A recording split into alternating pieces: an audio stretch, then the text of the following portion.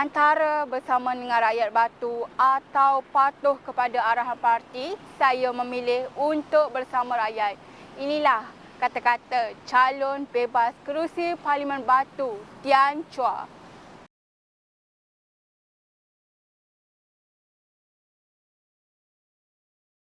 Saya rasa secara ketaranya reaksi sangat baik, sambutan yang meriah, dan saya agak yakin sokongan saya meningkat, ya. Dan dalam sehari dua ini kita akan lihat saya akan dalam sehari dua ini saya juga akan lancarkan manifesto saya yang akan mengandungi beberapa cadangan saya sebagai ahli parlimen.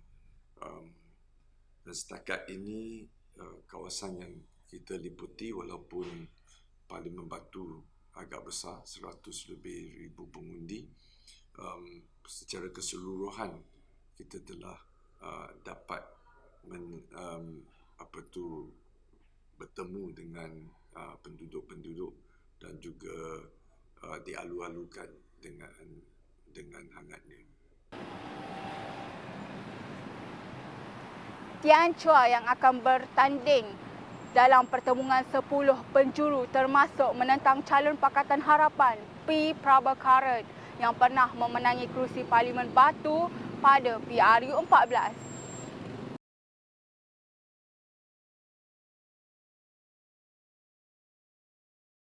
Saya agak cara saya berkempen ini ada cara yang saya hanya tunjukkan apa yang kebaikan yang saya boleh bawa, dan dengan track record saya telah membawa sebagai ahli parlimen yang lantang berucap dan juga membawa isu dalam parlimen dan pentas politik negara. Pada masa yang sama, saya juga seimbang dengan gerak kerja saya di masyarakat. So, saya rasa ini amat sangat diterima oleh pengundi-pengundi.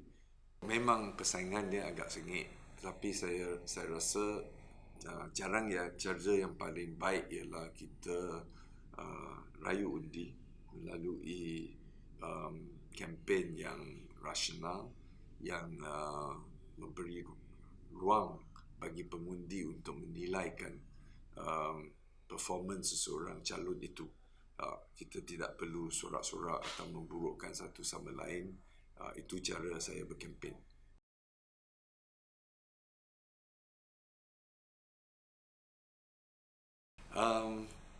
Kerusi itu sebenarnya lambang untuk pilihan raya ini adalah satu kebetulan, sebab lambang itu sangat terhad yang ditentukan oleh SPR. Tapi dengan kerusi itu saya telah dapat ilham bahawa kita boleh membawa makna yang lebih mendalam daripada kerusi sebagai lambang biasa, lambang parti ke lambang calon-calon bebas yang lain. Kerusi ini simboliknya dia mewakili kerusi yang kini direbut oleh pelbagai calon. Tapi saya rasa kerusi ini adalah kerusi milik rakyat, dan kita sentiasa ingat kedudukan seseorang ahli parlimen itu adalah berasas kepada kehendak rakyat.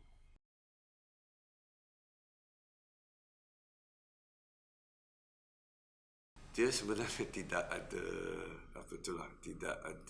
kita tidak fikir secara politik atau secara simbolik. Kuning warna yang cerah yang boleh menarik perhatian, dan sebagai calon bebas terperlukan attention daripada pengundi-pengundi. Jadi kuning merupakan warna yang boleh menarik perhatian.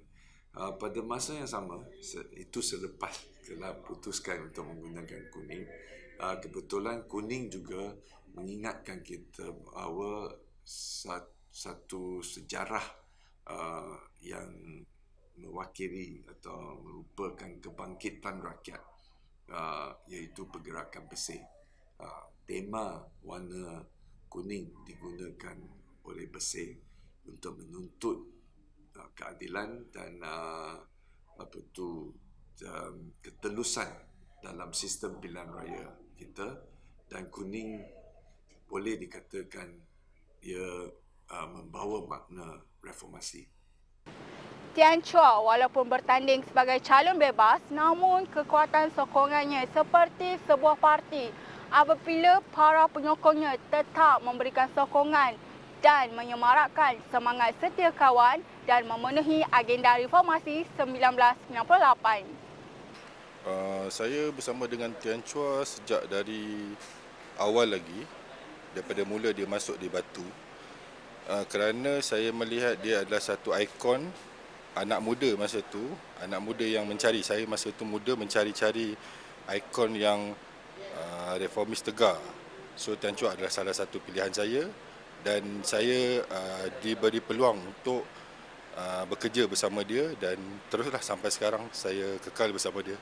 Saya terlibat daripada hari sebelum penamaan lagi. Saya menguruskan banyak perkara untuk persiapan dia secara kempen, dan saya nampak sambutan amat menggalakkan, seolah-olah kita tak bergerak sebagai calon bebas, seolah-olah kita ada satu parti sendiri. So segala logistik, segala urusan semua berjalan dengan lancar, dan sambutan amat menggalakkan daripada orang-orang lain lah. Kita nampak penduduk rakyat Batu memberi kerjasama, memberi respon yang sangat baik terhadap pencalonan Tian Chua sebagai calon bebas. Pasti betul pasal grassroots wants him to stand. Walaupun dia sampai last minute dia susah nak buat keputusan pasal desakan daripada pengundi di Batu ni yang mereka mahukan dia. So keputusan yang dia buat memang tepatlah. Dan dia sebenarnya dia sendiri dah berkata he will be a Pakatan friendly. Dia tak akan pergi ke mana-mana. Dia betul-betul seorang reformis. Kalau nak katakan seorang reformis, kita adalah orang boleh cakap Hindraf, kita boleh cakap seseorang punya nama. Tapi salah seorang daripada kumpulan itu, Tian Chua tidak boleh dilupakan. Dia adalah pengasas reformis, dan dia juga adalah salah seorang pengasas Parti Keadilan dulu. So saya rasa kalau terpaksa akur kepada kehendak pengundi di Batu supaya dia duduk sebagai calon ahli parlimen. Saya boleh katakanlah, waktu tidur pun fikir apa yang nak dibuat. Jadi tak ada had kita bertugas kat sini. Selagi tak habis 19 hari bulan ni, selagi itulah kita bertugas, insya-Allah. Dengan pasukan saya happy untuk bekerja dengan semua orang, tak ada masalah. Kita masih lagi satu pasukan yang kuat. Even sewaktu Tian Chua tidak memegang jawatan wakil rakyat, kita bertugas di Parlimen Batu tak henti. Kita punya kumpulan-kumpulan WhatsApp community berfungsi 24 jam sehari. Dan itu tidak terhenti walau sekalipun Tian Chua bukan wakil rakyat pada waktu berkenaan.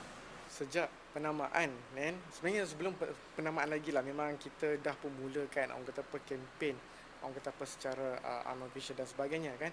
Tapi kalau kita ambil sejak penamaan sehinggalah sekarang, memang seawal bagi saya sendiri, seawal selepas jam 7 pagi memang saya dah pun orang kata apa dalam perjalanan terus ke sini ataupun program beliau, sebab kadang-kadang program beliau pun ada yang bermula jam 7, jam 8 pagi dan sebagainya di pasar dan sebagainya, sehinggalah sampai ke saat-saat hampir tengah malam. Tetapi tengah malam ni pun memang saya dan juga pasukan orang kata apa di Batu ini bertungkus lumus membantu dalam orang kata apa cuba untuk berkempen dan mencuba saat-saat akhir apa yang patut.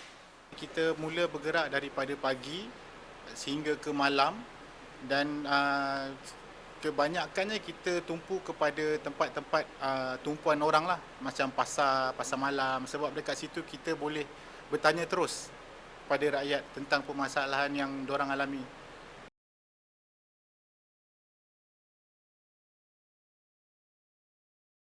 Kita adalah aktivis yang lama sejak kita bersama kami dua-dua ini. Saya sebagai yang lebih muda, saya baca tentang Hishamuddin Rais semasa dia sebagai pemimpin pelajar universiti, dan dia juga tokoh yang sama era dengan Datuk Seri Anwar Ibrahim semasa mahasiswa mengkecimpungkan diri dalam perjuangan rakyat. Dan saya kenal beliau setelah tercetusnya reformasi, dan kita telah pernah bekerjasama dan juga bersama-sama dalam pelbagai aktivis jalanan.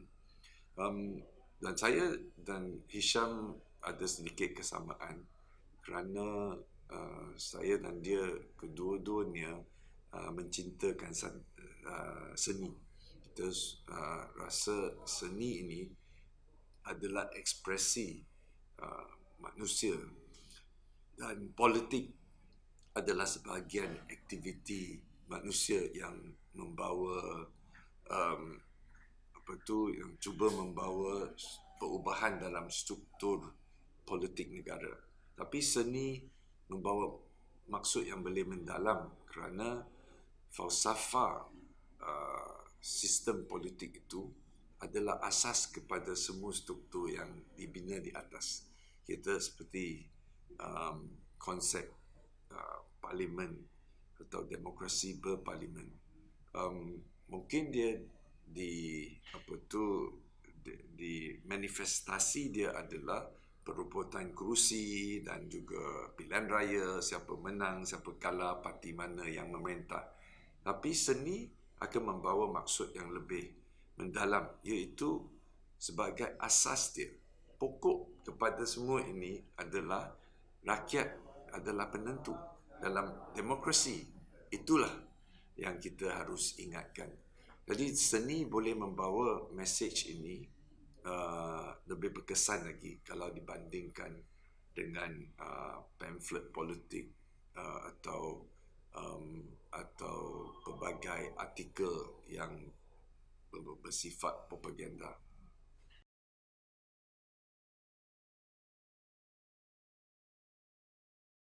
Saya bagikan manifesto saya kepada tiga aspek ya, sebagai keutamaan. Walaupun manifesto ini bukan menumpukan saja di kawasan Batu saja, sebab saya rasa setelah berkhidmat 10 tahun sebagai ahli parlimen dan setelah berada di Batu sepanjang 2 dekad, saya telah menangani banyak isu tempatan, dan saya telah berjaya mendapatkan kepercayaan daripada penduduk bahawa saya akan tetap untuk mengatasi masalah-masalah tempatan. Manifesto saya adalah lebih